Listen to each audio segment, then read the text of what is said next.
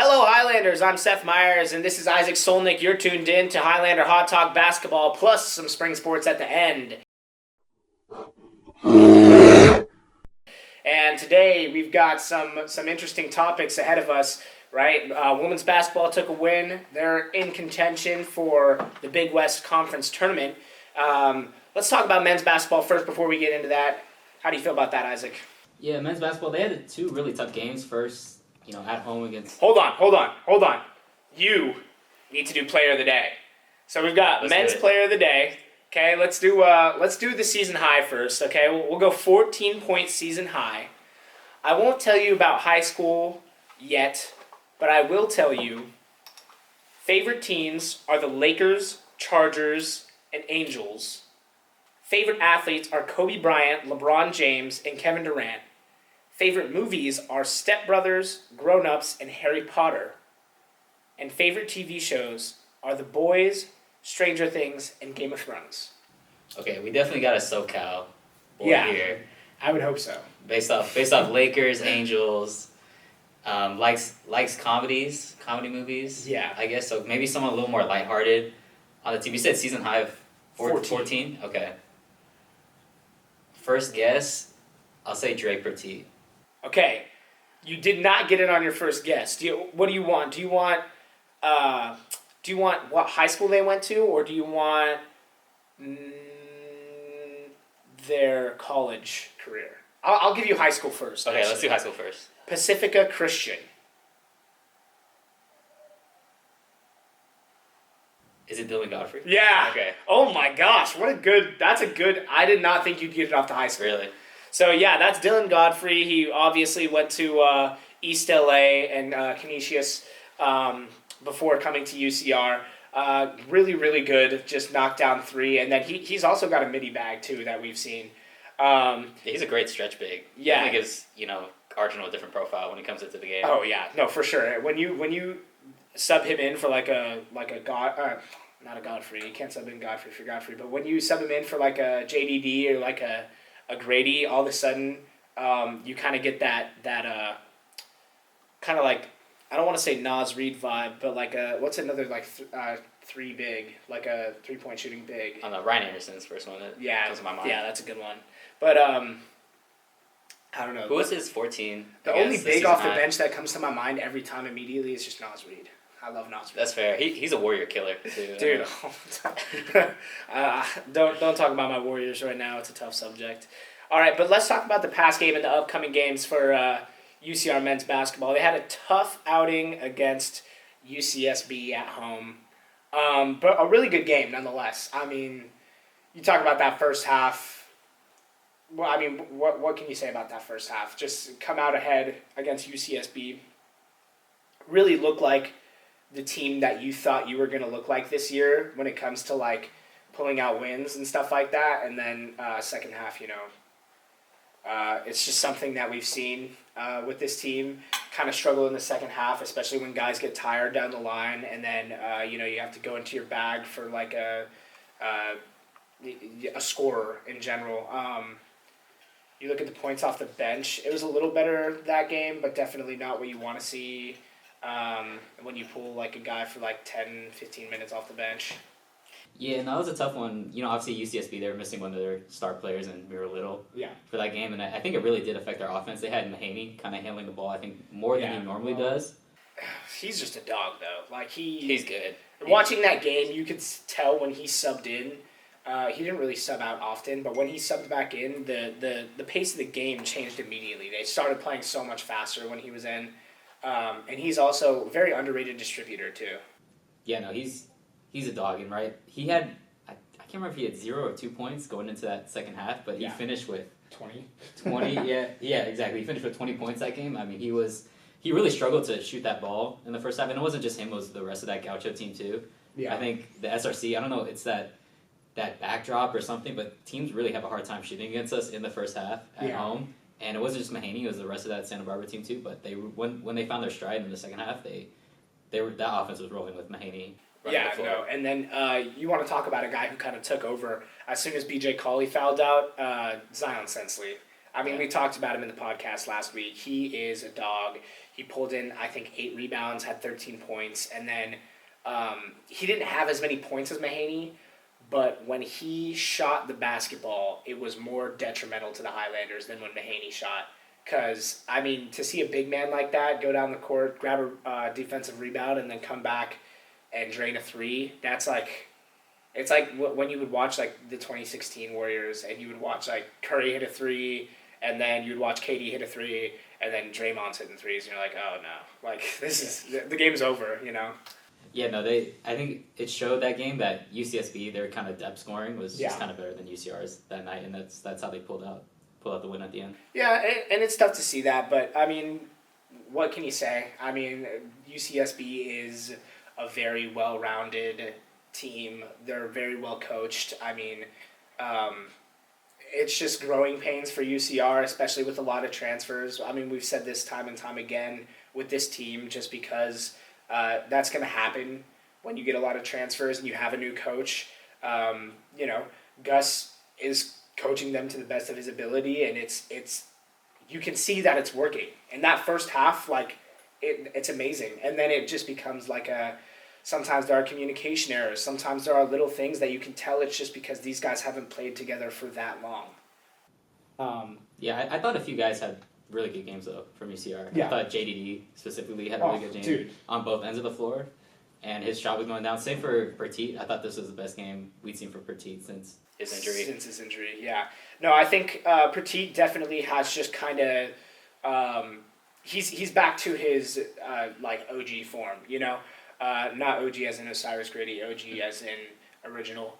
But I think JDD is probably just one of the more special players that I've seen play at any level, just because he is so good defensively. And that's why he's been getting the starting nod over OG recently. It's just because they need that defensive prowess when you've got shooters like Marquis Worthy and Henderson and Tyler Jones and, you know, even OG is kind of like he finishes really well, but he takes a lot of shots like middies and stuff.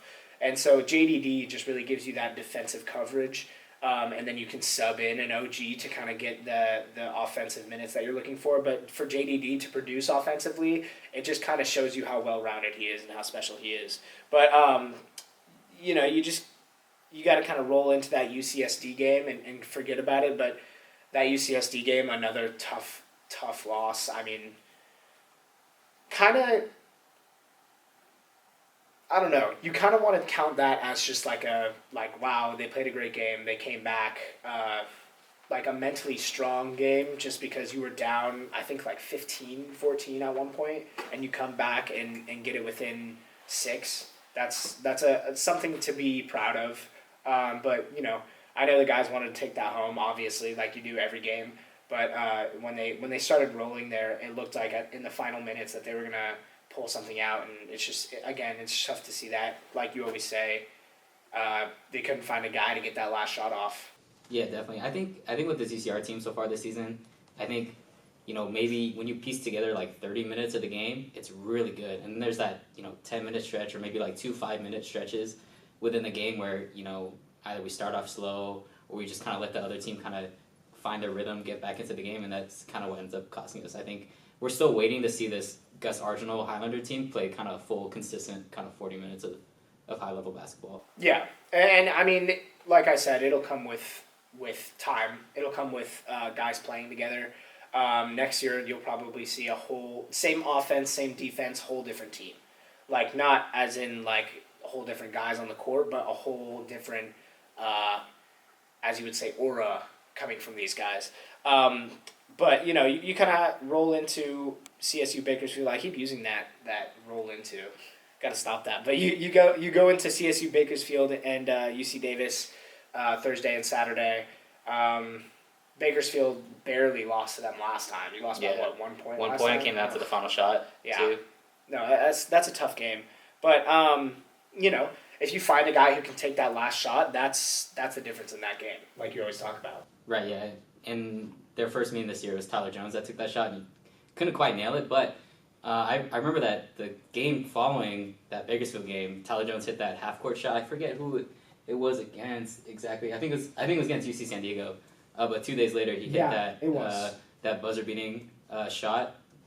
At the end of the first half. So really showing the kind of the growth of this Highlander team, and hopefully this time around against Bakersfield, we have that guy who can take that final shot. And maybe it's Tyler Jones, maybe it's Andrew Henderson, maybe it's Marquis Worthy Jr. Could really be anybody. Yeah, I want to see Ben Waller take that shot. I think he's just like, the Australians this year to me are like my favorite players. You've got Hannah, you've got Michaela, and you've got Ben Waller. Just so much talent that we get from Australia. Appreciate the land down under for a little bit here. But, you go into that game, definitely a revenge game just because of that 1 point loss. And then UC Davis on Saturday, you kind of just have to limit scoring. I mean, UC Davis is just a well-rounded team. There's not much else to say about them. They're just so... Last time you go out and they kind of had a big win against UCR last time, if I remember correctly. And you can't let them get ahead like that too quickly, or else you've kind of... They're really good at controlling the ball and controlling time. So there's not much else to say about them, Yeah, no, I mean, last year they had T.Y. Johnson, who they kind of lived and died by him on offense, but this year they've got so many more guys that they can go to, and they've got a lot of different guys that can really kill you off the bench too. So really dangerous offense, and you can't let them get out ahead like they did last time against Highlanders. Yeah, actually a 66-74 loss last time, but I remember it being a lot like it. I remember it feeling like a crazy loss. Okay, they were down by 11 going into the half. That's what I was watching. They were down by 11 going into the half, but they brought it back. So hopefully you can do that again. Obviously, you don't want to go down 11 going into the half, but with the way that they've been playing recently, they kind of get ahead in the half. So hopefully if you get ahead in the half and you, like you have been in these past few games, or like you've been keeping it close at the half, not so much against UC San Diego, but more against UCSB, and they've done it a few times in the past. I can't remember the games exactly, but if you play like that, hopefully you can pull that one out. You can do that, but it has to happen. It has to be effective, and you have to play all 40 minutes. Yeah, like I said earlier, that the SRC Arena, it's a really tough place for opposing players to come and shoot. I don't know if it's that, like I said, it's that background, that big old space kind of behind each basket. I don't know if that's what kind of throws shooters off, but if UC Davis kind of had the same struggles as UC Santa Barbara did going into Saturday's game, we could definitely take an early lead. And like you said earlier, Davis, they're really good at controlling games, but we haven't really seen them kind of try and come back from a game. So I think this is one that UCR is looking at on their calendar, looking like they can win this one. All right, girls basketball, women's basketball. Let's talk about player of the day. Okay. 15-point season high, multiple times. Favorite movies are The Temptations and Shark Tale. I don't know either of those. Do you? You don't know Shark Tale? No. Oh my gosh. Oh my gosh. I can't believe you don't know Shark Tale. What is Shark Tale? It's the Will Smith movie where he's the fish. I've never seen it. No. Oh my... No way. No, I've never seen it. No. Is that one of your favorites? Or no, what? It's just like, it's so well known. It's, no, nobody was there for me when I was, nobody. I was! Like, you don't know that scene? No, I don't. Oh my god. Oh my gosh, that's crazy. This player is probably going to be mad about that, if she watches this. But, so, Shark Tale, and then loves to watch documentaries. I want to see if you can get it off that. Not too much personal information about her in her bio, but you might be able to get it from the accolades later. But I want to see if you can get it off that. First guess that comes to mind, I'm going to say Brioche. Nope. Okay. Nope. All right, we've got... Do you want the accolades? This is a long list of accolades. Okay, sure. Give me the accolades. All right. 3 times Long Beach Press Telegram First Team Dream Team. 4-time All-League First Team. 4-time Team MVP. Paramount High School leading scorer. Athlete of the Year senior year. Led team to the playoffs all 4 years, moving the program up, being ranked D1 for the first time in school history for girls basketball. 3 times All-Academic Team. Okay, so she was a beast in high school. No. That's what I'm hearing. Beast in high school. Beast now. Beast now. Think about the last 5 games, who has been a consistent beast. Is it Miss Kaylani Polk. Yes, Miss Kaylani Polk. Just what a bunch of accolades as a high schooler. Definitely translated to Absolutely. the college game. I mean, she's had 5 assists in has it been every game? Or she's had some really high assist totals. Yeah. I mean, it helps when you play with someone like Hannah Wickstrom and Seneca Hackley who've been putting the ball in the bucket like they have. They need distributors, dude. She's been a huge help. I remember she had 9 assists a few games ago. I was it against Fullerton? Northridge, I think. Northridge, she had 10. I believe she was in double digits for assists against Northridge. I just remember looking at a stat line and saying oh my gosh, that probably bumped her up in the assist category at least a few spots in the Big West. But let's talk about the past games. You get a W against UCSB, and that's huge because you're trying to climb back into that conference tournament. You need to knock off Hawaii. What do you want to say about that UCSB game? Yeah, no, huge game. Obviously, we mentioned Seneca Hackley, we mentioned Hannah Wickstrom, and they just couldn't stop that duo, Santa Barbara, and that's what it kind of came down to at the end of that one. Do you know the Hannah stat line for that game? She had 27, I believe. 27, 5, and 13.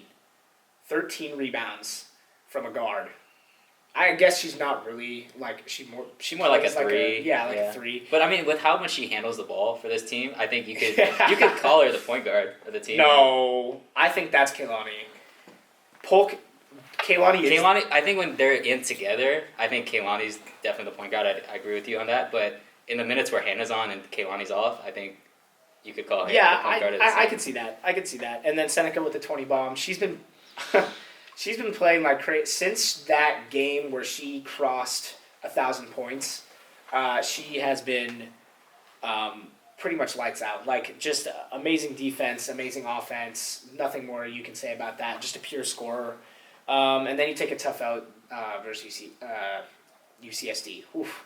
Man, I'm it's a good stuttering team. today. It's a good team though. Yeah. UCSD. No. And again, you played a great first half. I had questions ready that whole game because it's I'm doing interviews and I'm like, what am I going to ask when they win? I really thought they were going to win that game. But UCSD is just so they really control the ball, especially near the end of the game. But I mean, it's tough when you play that good of a game to not pull it out. We've talked about that with the men's. Definitely needed a little bit more of a hot start from Hannah to win that game. But, I mean, she eventually crossed over 20 points, right? She had 20 in that game? Yeah, I mean, I can't remember last time she didn't have 20. I mean, to talk about a player like that and have...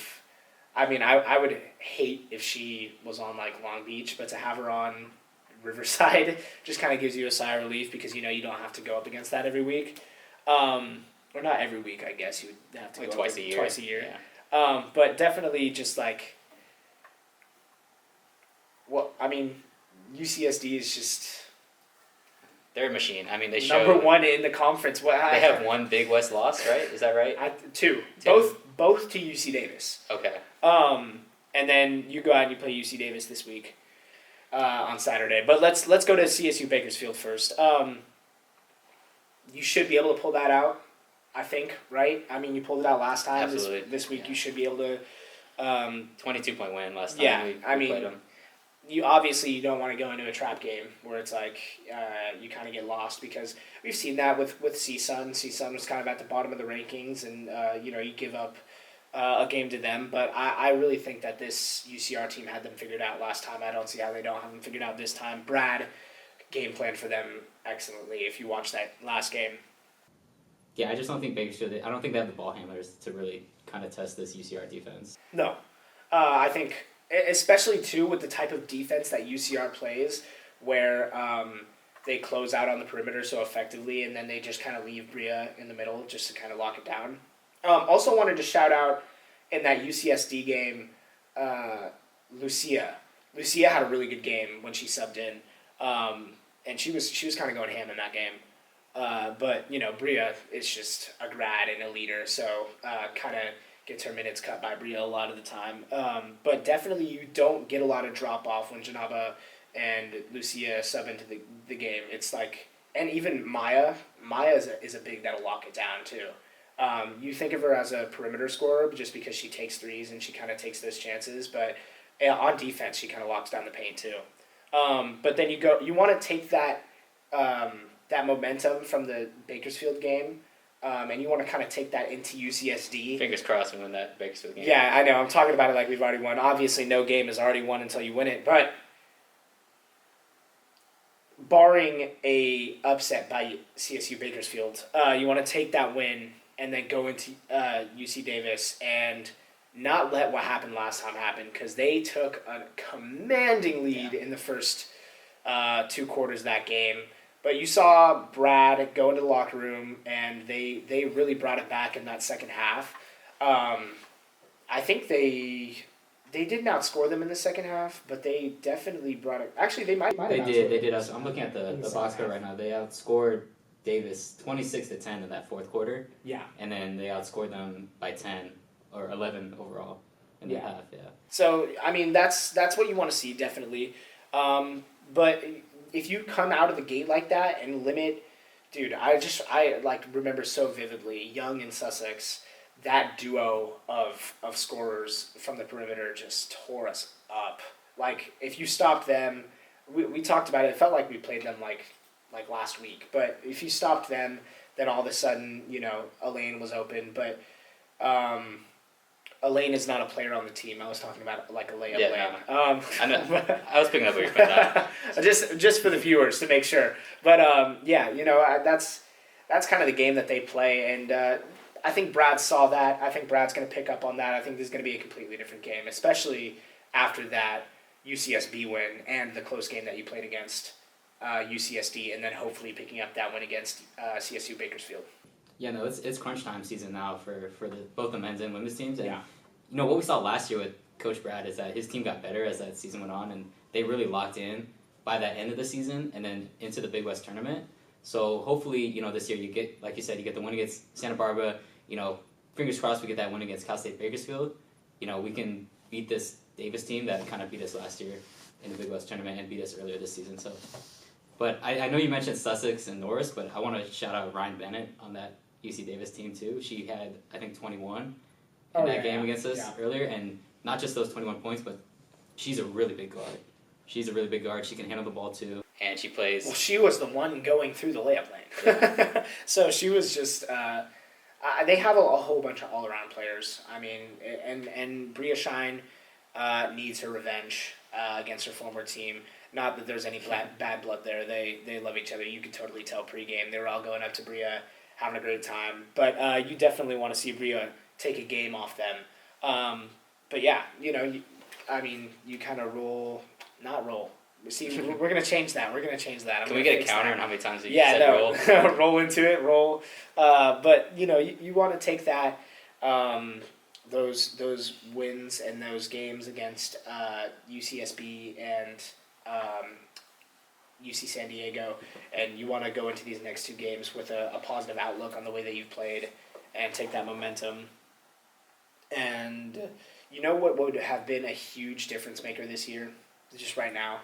Shelly Dushman. Oh my gosh. You knew exactly what was on my mind. Shelly Dushman, I mean, to have the athleticism from her and just like the way that she distributes the ball and the way that she scores on all 3 levels.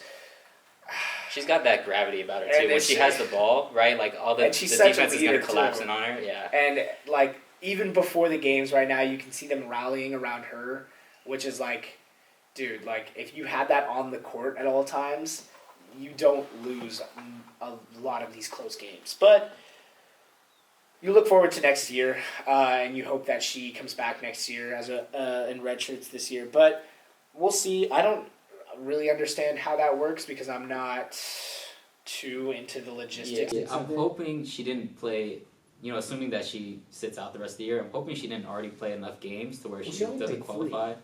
Yeah, hopefully. I hope she did. I also hope Aaliyah Stanton can redshirt this year. Absolutely, too. Her too, yeah. She played a little bit more than. Well. She was electric in those first few games. But I definitely want to move on to spring sports now because we're running out of our allotted time for basketball. But let's move on to spring sports, not roll into. All right, so let's start with softball. They're 1-4 right now. They played Team Japan since we last talked. I think they took a 24-0 loss in that first game, but you're playing one of the best teams in, like, not just the country, the world, obviously, Team Japan, Olympic team. And, that's always going to be a hard game, you know? Yeah, no, Team Japan, I mean, if their softball team's any good as their baseball team, then that's going to be it's a big deal game for them in Japan. Like baseball, softball, and even soccer. They're just kind of good at everything. It's kind of... Team sports specifically, Japan. Yeah, they team show up sports. for that, yeah. And just like... It was kind of expected because you're playing an Olympic team. You're playing the best players in the world. I think it's just kind of a learning point. You've seen the best now, and now you can play the best, and you can play to the best of your abilities. I don't think they're going to see anything better than that this year. You already saw UCLA and then Team Japan, like, all in, a week stretch. So you kind of have to take that and roll into the Big West and say, okay, well, we've seen everything that we can possibly see. And then you move on to baseball, right? They've got 4 losses to Utah Tech, but if you look at those that doubleheader specifically in 7 innings, which is kind of tough, you wish that you play all 9 because they were coming back in those. Utah Tech went up by 8, and it ended up 8-12 in that game.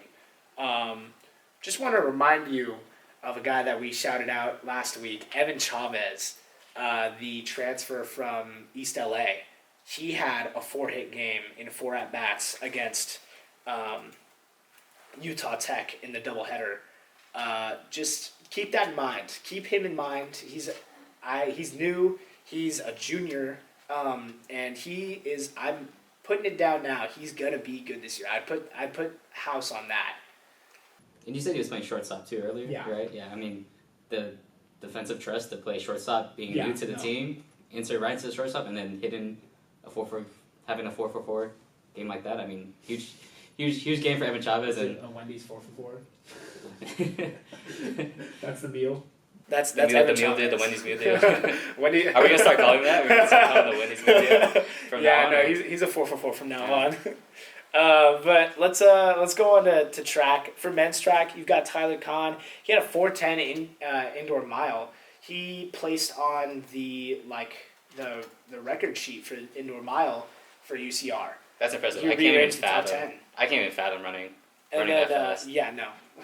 You're a runner too. Could you talk about that for a second? What it's like to be like a casual runner versus like a Tyler Kahn? I mean, I would say amongst casual runners, I'm definitely in that higher echelon of casual runners. Bro. I ran a half marathon 2 days ago. I ran in an hour 27 minutes. So that's a 6:41 mile pace over 13.1 miles. So I'd say that's pretty good. I would say that's pretty good for a casual runner. But 4:10 for 1 mile, I can't even. What's your fastest mile? My fastest mile ever. I never ran indoor. No, I'm saying his is indoor. His is indoor. What's your fastest mile ever? Fastest mile ever, 4 minutes 54 seconds, and I could never even get close. For people who don't run, even a 10-second increase in time or decrease in time is monumental. It's huge. That's huge. It's huge. That's 2.5 seconds per lap. Think about a 4:20 mile and then a 4:10 mile.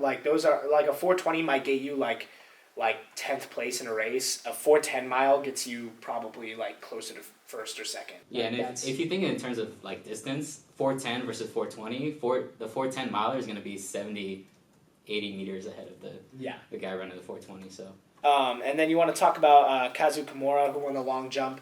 That's definitely he won the long jump for that meet. So it's not just against one heat. He won the long jump for that meet. That's huge. And then both women's 4x400 teams won their heats, which is, again, pretty big achievement. It was the A team. My computer. Close call. Ahia and then Hackley, Elena Mack, and Ray Kiat. Olakoju.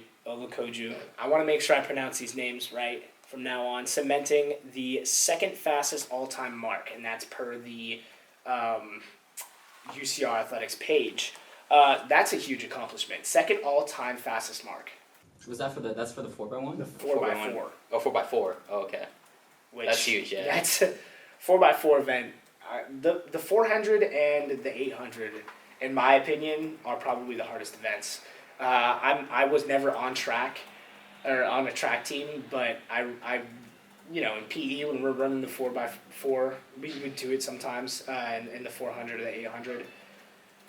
The 400s are rough. I mean, I was on my high school cross country track team, but whenever the workout was, if it was a speed workout and coach said we were doing 400s, I knew I was throwing up by the end of the workout. Like mile repeats, I'd be good. If it was like we were running 200s, I knew I'd be good. But if it was like a 400-meter workout, I knew I was yakking up my lunch. Well, for me, doing the 800 was oh my gosh.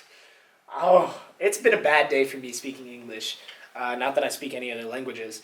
But for the 800, for me as a non-runner, it was always tough because you think like, 2 laps, that's not that bad. And then you do the first lap, and you're like, okay, I kind of did that. And then the second lap, about halfway through, you're on the straight of like the first straight. You get halfway through that, and you're like, oh, it's getting kind of hard. My acid reflux is kind of like getting a little tough. I'm getting a little something in my throat. And then you finish that last straight. That last 100 meters was always rough for me. But that's just me coming from a non-running point of view, which I'm sure a lot of the viewers can appreciate, just the average Joe talking about track. But let's go to tennis. Men's tennis, you just have a really hard schedule to start off. You're playing Oregon and LMU and Hawaii, and that's just, you kind of want to take those losses and learn from them, but those are really hard teams to play straight off the bat. And then you took that win against Hope International on the 5th, and you kind of have to move on. But these are really tough teams to be competing against, especially at the beginning of your season. Yeah, it's exactly what we said about softball, right? Softball similarly played UCLA, Team Japan. It's the same thing with men's tennis, right? You play the best at the start of your season, and then you go into the thick of Big West play. Hopefully, you've already seen what it's like to play against the top teams. Then those Big West games get a little bit easier. If I'm not mistaken, too, they're a pretty young team. I want to say they're a pretty young team. I was looking at their roster earlier. Sophomore, freshman.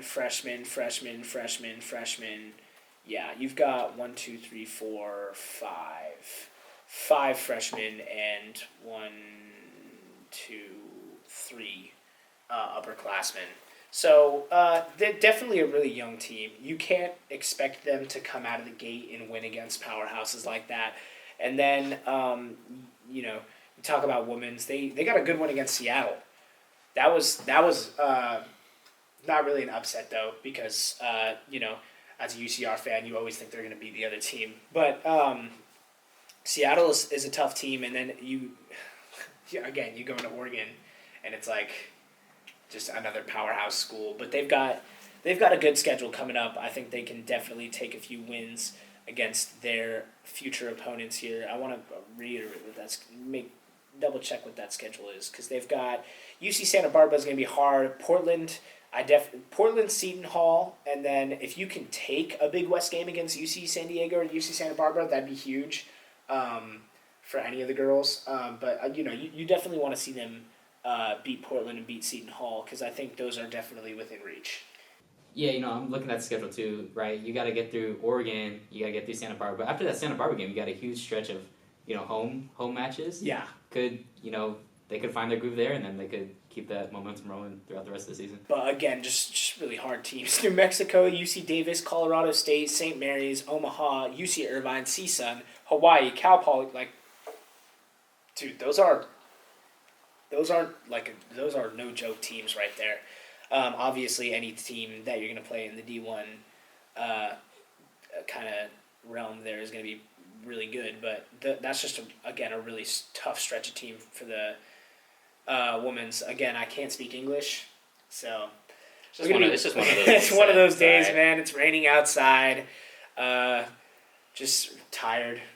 I don't know. Too many excuses, but that's the upcoming schedule for them. I think that concludes us for spring sports. So we will see you guys next week on the Highlander Hot Talk Basketball and More. I'm Isaac. I'm Isaac. This is Seth Myers. And you're watching Highlander Hot Talk. Oh man, it's been a day. All right, see you guys.